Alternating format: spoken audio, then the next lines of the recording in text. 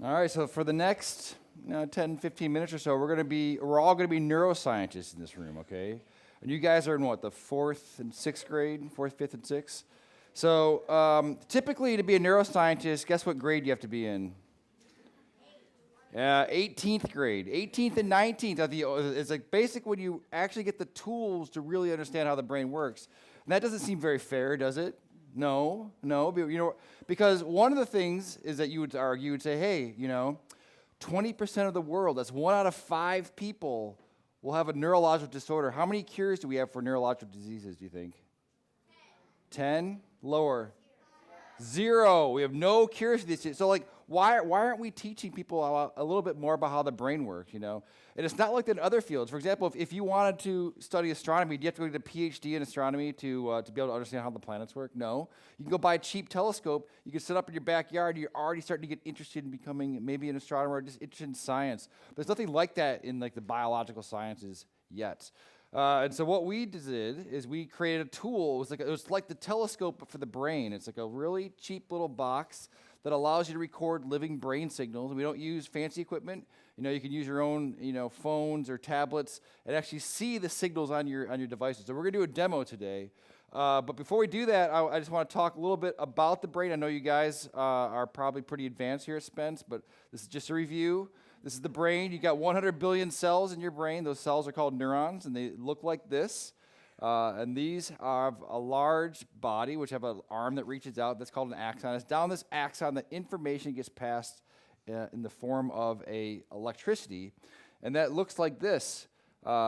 It's a spike, and we call it a spike as electrophysiologists because this is the unit of currency. It looks like a railroad spike, but this is how every information, like your favorite baseball player, everything is encoded with these little electrical pulses, and we're going to see that today and do an experiment. But we're not going to use one of your teachers or one of you. We're actually going to use one of our friends here, the cockroaches, because cockroaches have very similar neurons as we do. I mean, it'd be really hard if I was a neuroscientist looking at 2 slices to tell which one was a human, which one's a cockroach. So what we're going to do now is I'm going to do a surgery. And those who are in the classes with me will be doing surgeries as well. You can switch to the camera now. All right.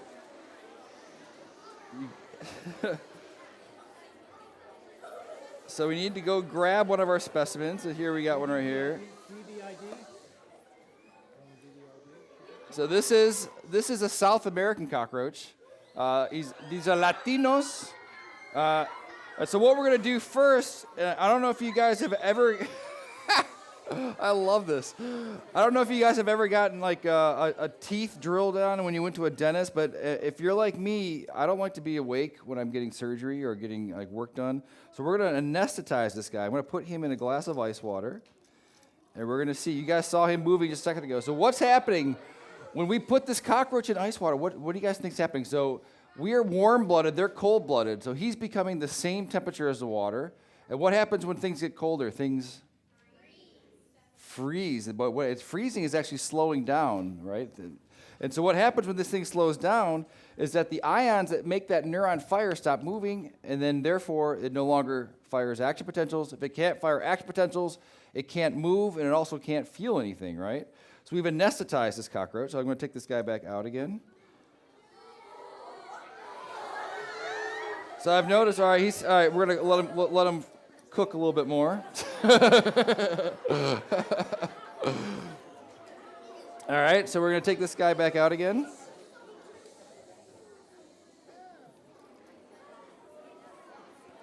And now the first thing we're going to do is we're going to remove one of his legs. And now remember, he can't feel this. And one of the cool things about cockroaches is that their legs can grow back. So that, insects have it totally over us. So I'm just going to go back to the slides really quick. I want to talk about what we're doing. So we've anesthetized the cockroach. You guys with me? Do I have your attention? All right, so I want you, so if you looked really, really closely inside that leg of the cockroach, there's all these beautiful hairs out there. Each hair has a neuron in it, and that neuron is sending information back to the brain, the central nervous system, about information about like touches and vibrations and stuff like that. And so even though we cut the leg off, it's going to still be alive because insects can breathe through their skin. It's kind of cool. All right, so our next prep of the experiment is we're going to put some pins that are made out of metal into the leg, and that's going to be able to amplify the electricity. It's going to come off the leg from these little tiny neurons sending those spikes into our invention, which will create almost like a telescope, makes it bigger, the voltages that are inside the leg, and we should be able to listen, as electrophysiologists do, to how the brain works. All right, so let's go back to the camera. And I'm going to put here, can you guys see that? I'm going to put the cockroach pins in there. So this is in a spot where I don't think there's neurons. I'm going to put a spot where I do think there are neurons, and this thing subtracts the two from each other and allows you to be able to listen to what the brain sounds like. So I'm going to turn this thing on. We're going to listen. Let's move this camera back just a little bit. I want everyone to just listen right now. And what you're listening to is what the brain sounds like. I don't know if you guys can hear that. Is it on the mic? All right, well, I'll put my mic down there. So people say that sounds like raindrops, or some of that, but that's actually what your brain is doing right now. And so what we can do, it's not just a sound. Remember I said these things are spikes. So what we can do is we're going to take a look at the iPad screen, and now we're looking at what one action potential looks like as it's sending a message from one neuron all the way over to another neuron, and we can just capture that and in real time be able to see that. So now we're going to do an experiment. I'm going to go back here, and I'm going to touch the leg, and we'll see if we can drive a response. So I'm going to turn this up a little bit.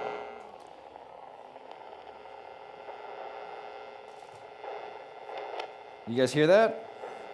So what we're actually doing is when I touch that leg, that neuron is opening up a little bit, and it creates a little voltage which causes a spike, which allows us to feel everything that we do in the universe, see everything in the universe, all comes from spikes. Okay, so I just want to talk about a couple more quick things. Let's get past that one. So, actually, just get past these ones.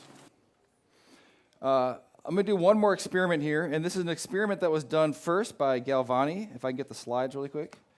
Back in the early part of I think it's the 17th century, where he was working with frog legs. And what he was noticing was that when you put a voltage on a frog leg, it would move. And so it was very interesting.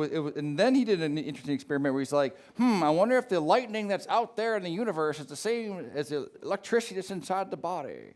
And so he did this experiment where he put up a lightning rod and he sent half of it to go into the frog legs, and the other half he stored it so you can measure the voltage, and you can actually measure and see what happens and observe the cockroach or the frog legs. So we're going to do that same experiment today.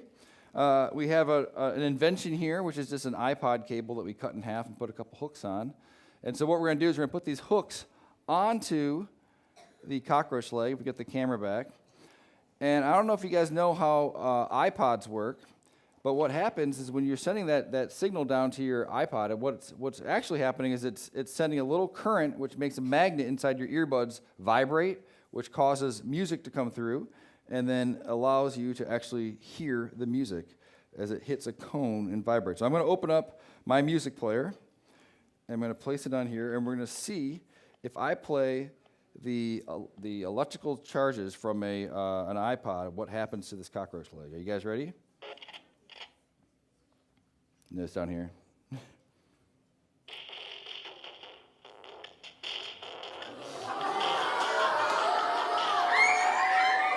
Oh my gosh, it works!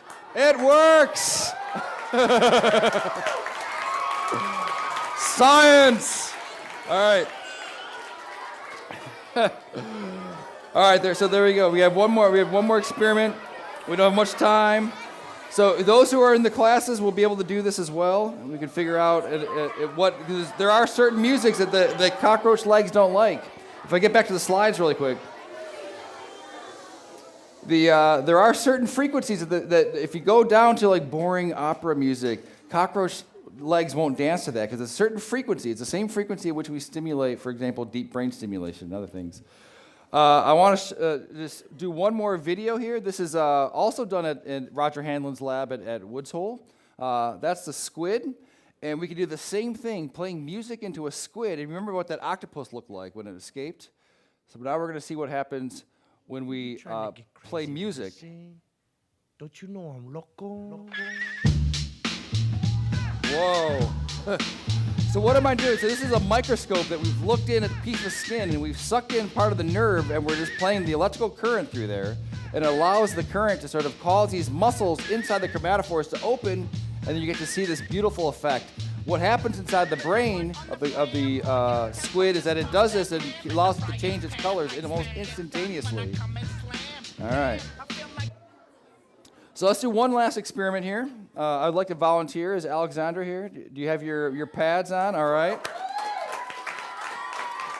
So one question you might have, all right, that's all cool with cockroaches, but what about me? What about us, all right, as humans? So let's do another experiment here. So Alexandra, you put on some pads here, and these are just little metal clips on her body that have a little bit of gel, so it's going to be able to conduct electricity. And I'm going to place a couple of electrodes. I'm not going to cut your leg off, all right? I don't think your mom would allow that. Yeah, we do cam view. All right, and I'll put this down there. Okay, so now I'm going to turn on the spiker box. And turn this one off. And turn this one on. You guys ready for this? All right, we'll see if this one works. So, when you're ready, I want you to squeeze as hard as you can. You guys hear this? And relax. And squeeze. Oh, yeah, that's beautiful. Can you see that on the screen as well? Let's look at your muscles on the screen. So what is happening right here is the same thing. So we have neurons inside of our motor cortex that project down into our spinal cord, which synapses to another neuron, which goes directly to the muscle. And when that fires, it causes a chain reaction of calcium that goes in. It causes a voltage that allows actin to walk up myelin. And this is what you're looking at here, when she squeezes her hand. All right, so give a round of applause for Alexandra. Thank you so much. All right, perfect. Perfect. Thank you. All right, so I have a couple of seconds left. I just want to talk about some of our new projects that we're working on.